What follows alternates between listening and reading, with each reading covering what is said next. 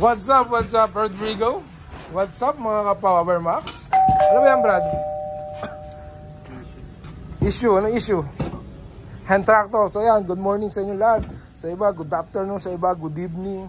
So ito, meron tayong hand tractor dito. So ito hand tractor, ito yung ginagamit sa bukid dito sa Pilipinas.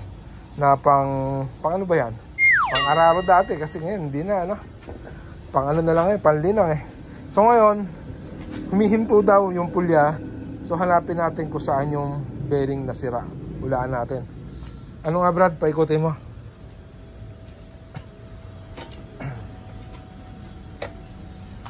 Yan, paikutin mo. Ay, kumuha tayong taga-ikot na isa.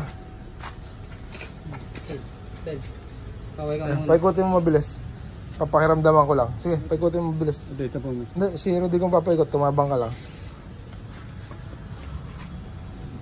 Yan po, live po kasi tayo. Live.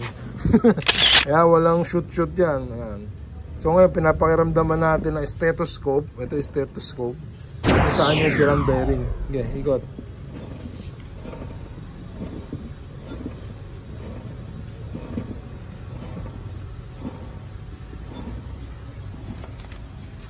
Yeah.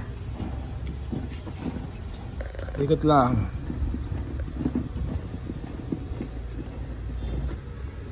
Yan, tinatabanan natin yung mga cup. Tinitignan natin ang stethoscope hand natin kung saan ang sira. Ako hula ko ito. Sige po, ito mga.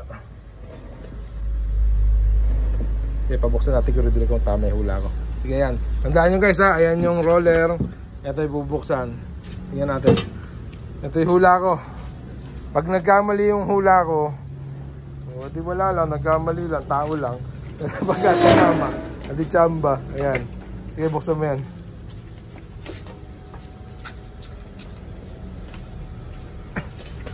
So itong size ng tractor na ito ay 60 by 60.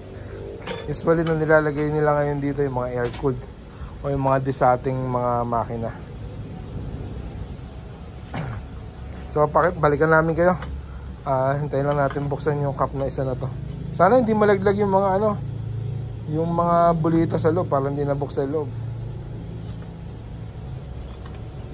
Ayan, balikan namin kayo mamaya kung tama yung hula ko Sige guys, chill lang kayo dyan. Kaya, sumasagot si Rodrigo. Balikan natin. Ba't tinanggal mo? Akala, dinaya ako ng mga pag-panood natin na to sa vlog Buksan mga brother. Tignan natin. Nako. Ano masabi mo? Tama yung hula ko? Tama ba yung hula ko? Tama. Umalakpak akong tama. Malakpak! Ayan, ang bubuksan na din to. Ayan, nalaglag sa loob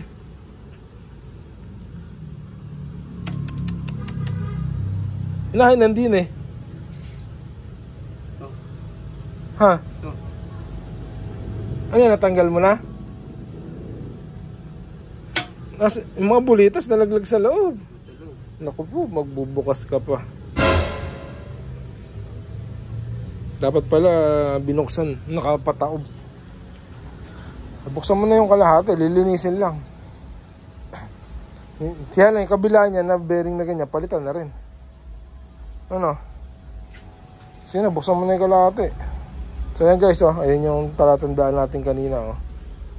Ito yung stethoscope natin. Basag na.